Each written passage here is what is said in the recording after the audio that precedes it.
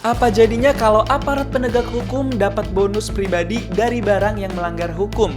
Terdengar janggal bukan? Tapi ini bukan fiksi. Fakta mengejutkan terungkap petugas bea cukai di Indonesia ternyata bisa mendapat premi sampai 50% dari nilai barang sitaan. Bukan sekali dua kali, tapi sudah diatur dalam regulasi resmi. Fakta ini jadi sorotan, bukan cuma di dalam negeri, bahkan Amerika Serikat juga ikut mengkritisi sistem ini. Masyarakat langsung mempertanyakan, apakah ini bentuk apresiasi atau justru jadi jalan licin untuk cari keuntungan pribadi? Biar nggak makin penasaran, langsung aja kita kupas tuntas fakta di balik kasus menghebohkan ini.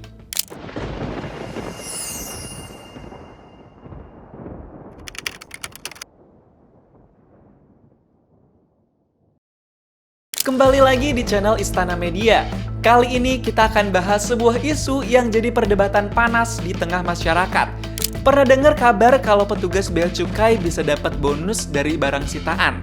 Nggak sedikit, tapi jumlahnya bisa sampai 50%. Kamu pasti kaget, karena angkanya nggak main-main. Yang lebih mengejutkan, ternyata praktik ini legal dan sudah diatur dalam peraturan resmi pemerintah. Jadi, setiap kali ada barang ilegal yang disita, lalu didenda atau dijual lewat lelang, sebagian hasilnya bisa dibagi ke petugas yang terlibat. Masalahnya, aturan ini langsung jadi bahan kontroversi. Banyak yang bilang kalau kayak begini, petugas bisa aja rajin nyita, karena ada bonusnya. Bukannya fokus ke penegakan hukum, malah bisa tergoda cari cuan. Meski sah secara hukum, sistem ini bikin banyak orang bertanya, etis nggak sih kalau petugas negara dapat keuntungan lewat gini? Jangan-jangan malah ada yang sengaja cari kesalahan biar dapat bonus. Nggak lama-lama, mari kita breakdown sekarang. Di awal tahun 2025, publik ramai membincangkan sebuah isu sensitif, yakni petugas bea cukai bisa mendapatkan bonus atau insentif dari barang-barang yang disita. Gak cuma itu, bonus tersebut juga disebut-sebut bisa diambil dari denda yang dibayarkan oleh pelaku pelanggaran atau dari hasil lelang. Nilainya bahkan dikatakan bisa mencapai 50% dari total barang atau uang yang disita negara. Informasi ini pertama kali menyebar luas di media sosial dan memicu berbagai reaksi. Pada unggahan di media sosial X, akun bernama @anggapph2 mengunggah tangkapan layar dari seorang pengguna bernama Ivana A. Asan. Dalam postingannya, Ivana mengaku kaget setelah tahu kalau petugas bea cukai bisa menerima komisi dari barang yang disita. Ternyata bea cukai bisa dapat bonus pendapatan 50% harga dari setiap harga barang yang disita. Pantes, semangat bener kerjanya. Tulis @anggapph pada Kamis 10 April 2025. Sebagai warga negara Indonesia, Ivana menyebut dirinya merasa tertipu karena baru mengetahui adanya peraturan semacam ini. Unggahan itu dengan cepat menarik perhatian banyak orang. Komentarnya beragam, ada yang mengaku baru tahu, ada yang geram, dan gak sedikit yang menganggap sistem ini perlu ditinjau ulang.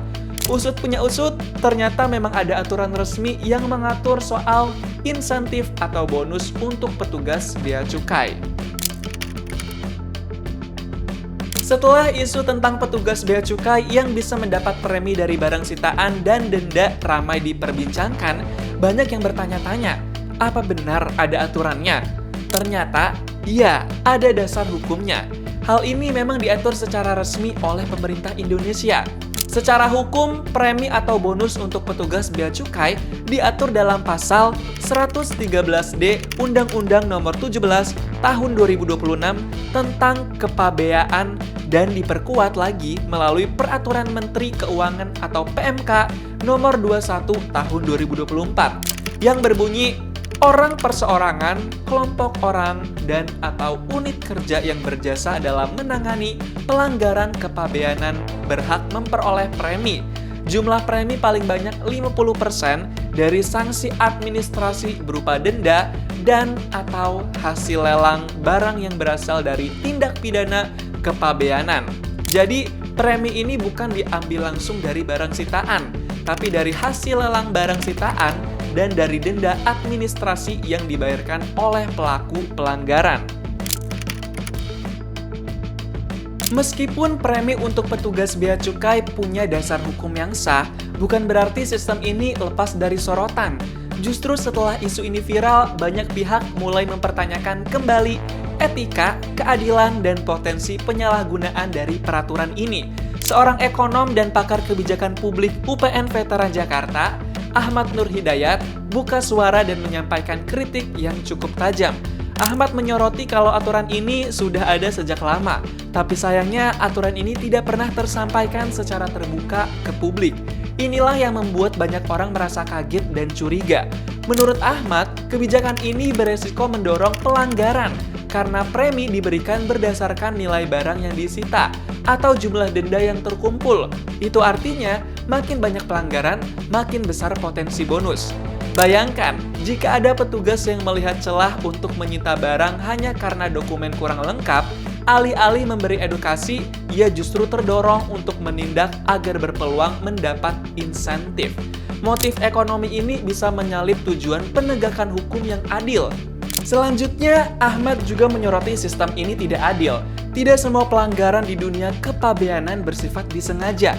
Banyak pengirim barang, termasuk mahasiswa, pekerja migran, atau UMKM, hanya kurang paham aturan. Tapi dalam sistem yang memberi premi dari hasil sitaan, petugas bisa saja memelintir pasal atau memperumit prosedur, hanya agar penyitaan bisa dilakukan secara sah. Ahmad juga memperingatkan bahwa kebijakan ini bisa bertentangan dengan prinsip World Trade Organization atau WTO, yang menekan keadilan dan kemudahan dalam perdagangan lintas negara. Negara maju umumnya tidak memberi insentif pada aparat berdasarkan nilai sitaan, karena dianggap membuka peluang penyalahgunaan kewenangan.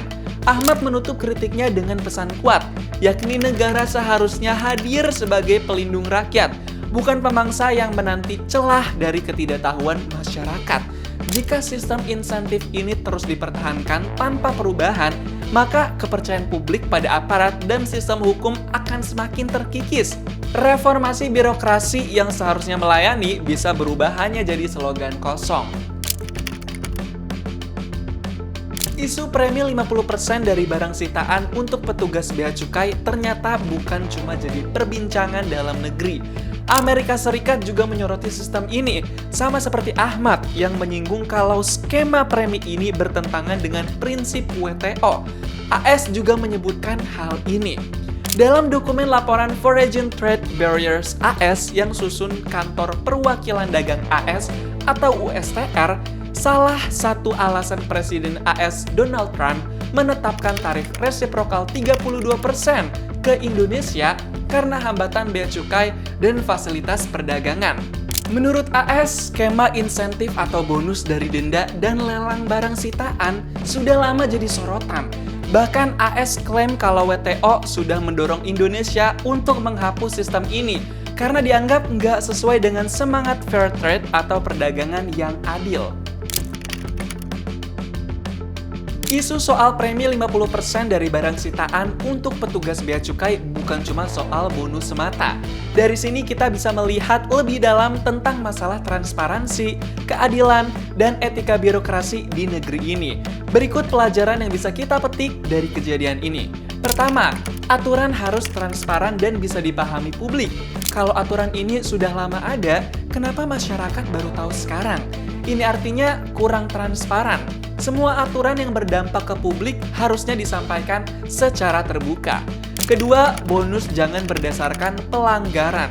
Kalau petugas dapat bonus dari barang sitaan atau denda, bisa muncul dorongan untuk menyita sebanyak mungkin, bukan mencegah pelanggaran. Sistem kayak gini bisa bikin aparat kehilangan objektivitas. Ketiga, skema kayak gini rawan disalahgunakan. Premi dari barang sitaan bisa memicu konflik kepentingan. Petugas bisa tergoda cari kesalahan demi keuntungan pribadi. Ini bisa merugikan masyarakat dan menurunkan kepercayaan ke instansi pemerintah. Keempat, harus ada evaluasi dan perubahan. Insentif untuk petugas tetap penting, tapi harus berbasis kinerja positif, bukan hasil dari menyita barang orang. Kalau pemerintah mau birokrasi yang melayani masyarakat, sistem insentifnya juga harus adil dan masuk akal. Jika aturan premi 50% dari barang sitaan terus dipertahankan tanpa evaluasi, bukan tidak mungkin masyarakat makin kehilangan kepercayaan. Sudah saatnya pemerintah memperbaiki sistem, bukan hanya karena tekanan publik, tapi karena memang melayani rakyat adalah tugas utama negara. Isu ini bukan hanya soal uang atau bonus, tapi soal arah, kebijakan, etika, dan kepercayaan masyarakat pada pemerintah. Wajar jika publik merasa tidak adil, karena bagaimana mungkin negara yang seharusnya melindungi rakyat justru terlihat seolah berbagi untung dari pelanggaran rakyatnya. Gimana menurut kalian? Wajar nggak kalau petugas negara dapat premi dari barang sitaan atau denda? Tulis di kolom komentar ya. Jangan lupa like dan subscribe, serta nyalakan lonceng notifikasi biar nggak ketinggalan konten breakdown selanjutnya.